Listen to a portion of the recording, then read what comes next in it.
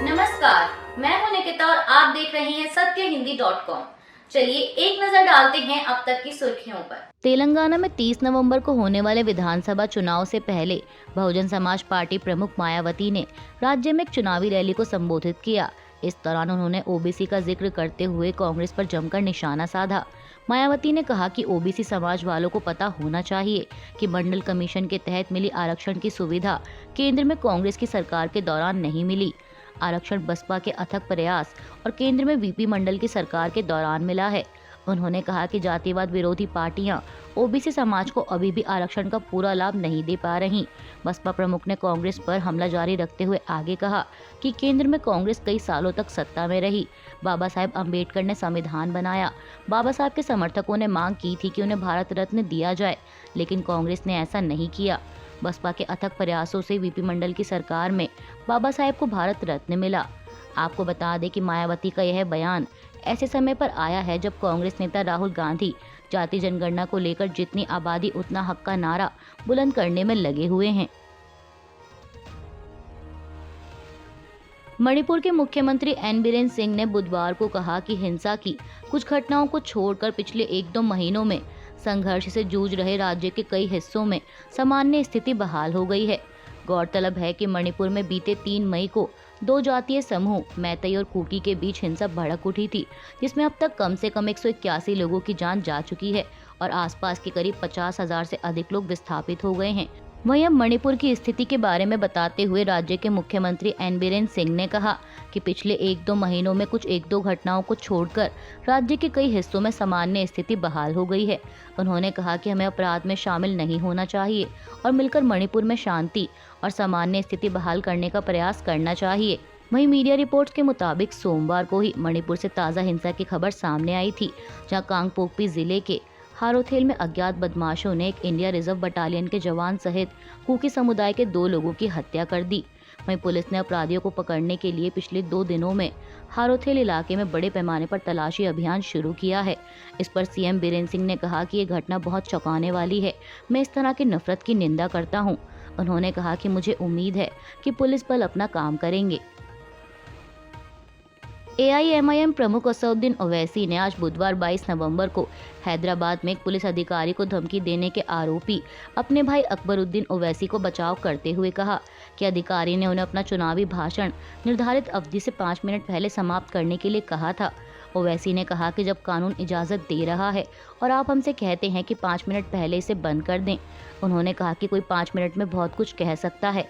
एक वक्ता के लिए शुरुआती और समापन वक्तव्य महत्वपूर्ण है। दरअसल आपको बता दें कि जब अकबरुद्दीन ओवैसी से आदर्श आचार संहिता द्वारा निर्धारित समय सीमा के भीतर अपना भाषण समाप्त करने के लिए कहा गया, तो उन्होंने कथित तौर पर एक पुलिस अधिकारी को धमकी दी।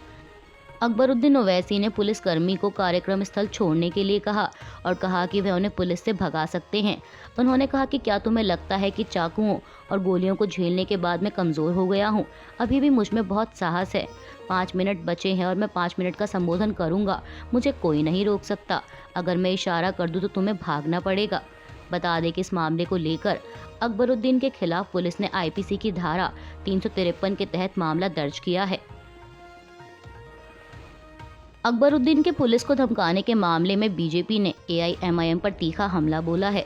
अकबरुद्दीन ओवैसी के व्यवहार की आलोचना करते हुए बीजेपी प्रवक्ता गौरव भाटिया ने कहा कि चाहे वह असदुद्दीन ओवैसी हो या अकबरुद्दीन ओवैसी, वे केवल दूसरों को भड़काने और संविधान के सिद्धांतों का उल्लंघन करने की कोशिश करते हैं। जब भारत माता के बेटे वर्दी पहनकर आते हैं और 10 डंडे मारते हैं और केवल एक ही की गिनती करते हैं, तो लोगों को वर्दी की ताकत पता चलती है और ऐसे बयान देने वालों को भी उनकी औकात का पता चलता है। कोई भी कानून से ऊपर नहीं है। अगर वर्दी हरकत में आ जाए, उनका अहंकार पूरी तरह से गायब हो जाएगा।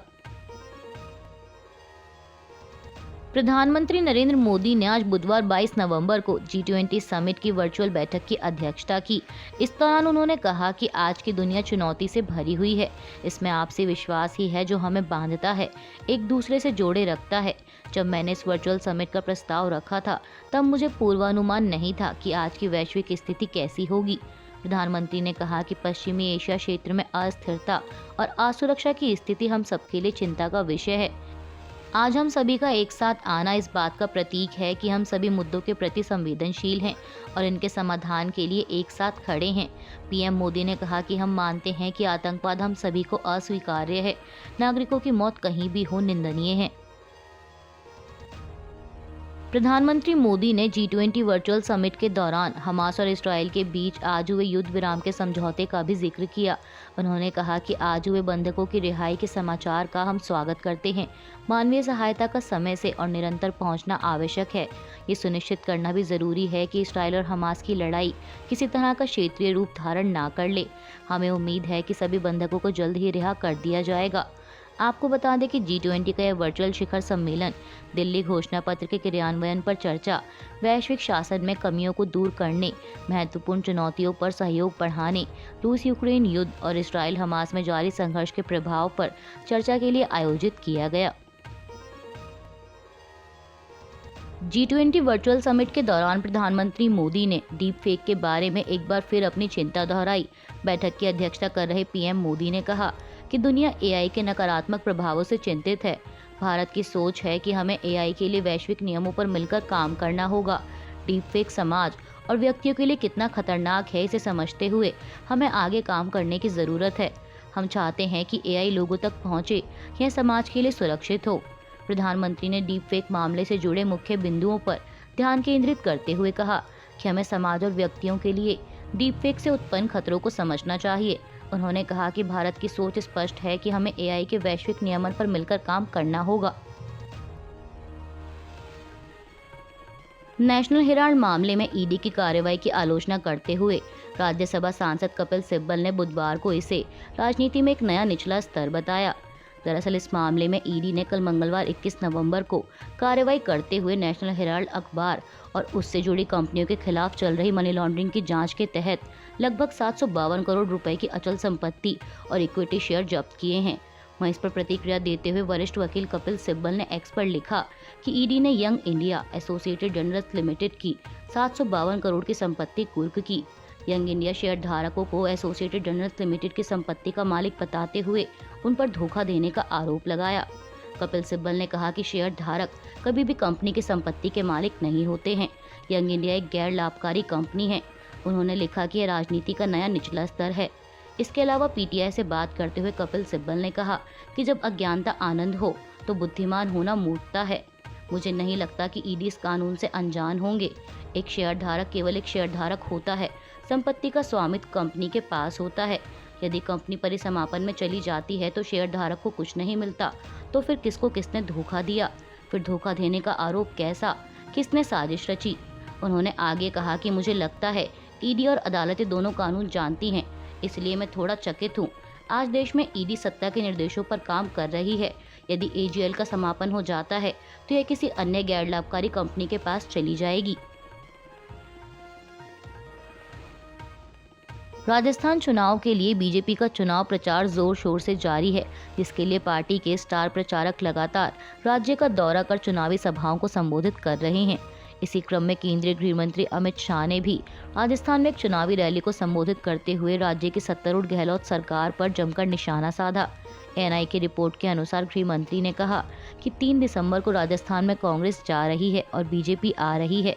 अमित शाह ने कहा कि भारत के भविष्य में जो भी परेशानियां पैदा हुई हैं, वह केवल राहुल गांधी परिवार और कांग्रेस के कारण हुआ है।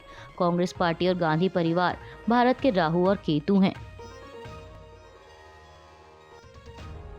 जम्मू कश्मीर के राजौरी में सुरक्षा बलों और आतंकियों के बीच मुठभेड़ जारी है। इस बीच खबर सामने आई है कि इस एनकाउंटर के दौरान सेना के कैप्टन शहीद हो गए और 3 जवान घायल हुए हैं। बता दें, यह जानकारी सूत्रों द्वारा दी गई। मीडिया रिपोर्ट्स के मुताबिक राजौरी इलाके में आतंकियों की सूचना मिलने के बाद सेना की स्पेशल फोर्स और पुलिस ने यहां तलाशी अभियान चलाया था, जिसके बाद यह मुठभेड़ शुरू हुई। वहीं पिछले हफ्ते भी राजौरी में सुरक्षा बल और आतंकियों के बीच मुठभेड़ हुई थी, जिसमें एक आतंकवादी मारा गया था। गौरतलब है कि जम्मू कश्मीर में पीर पंजाल के जंगल पिछले कुछ वर्षों में कई मुठभेड़ों के बाद सुरक्षा बलों के लिए एक बड़ी चुनौती बने हुए हैं, क्योंकि आतंकवादी इन घने जंगलों का इस्तेमाल छुपने के लिए करते हैं। उत्तरकाशी टनल हादसे में पिछले 11 दिनों से सुरंग में फंसे 41 मजदूरों के अब जल्द ही बाहर आने की उम्मीद है। मीडिया रिपोर्ट्स के मुताबिक टनल के एंट्री पॉइंट से अमेरिकी ऑगर मशीन के जरिए करीब 42 मीटर तक 800 mm का पाइप ड्रिल किया जा चुका है।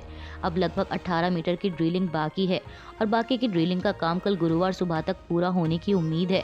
अब ऐसे में ड्रिलिंग का काम पूरा होने के बाद यहां से 32 इंच की पाइप को अंदर डाला जाएगा, जिसके जरिए मजदूर रेंगते हुए बाहर निकल आएंगे।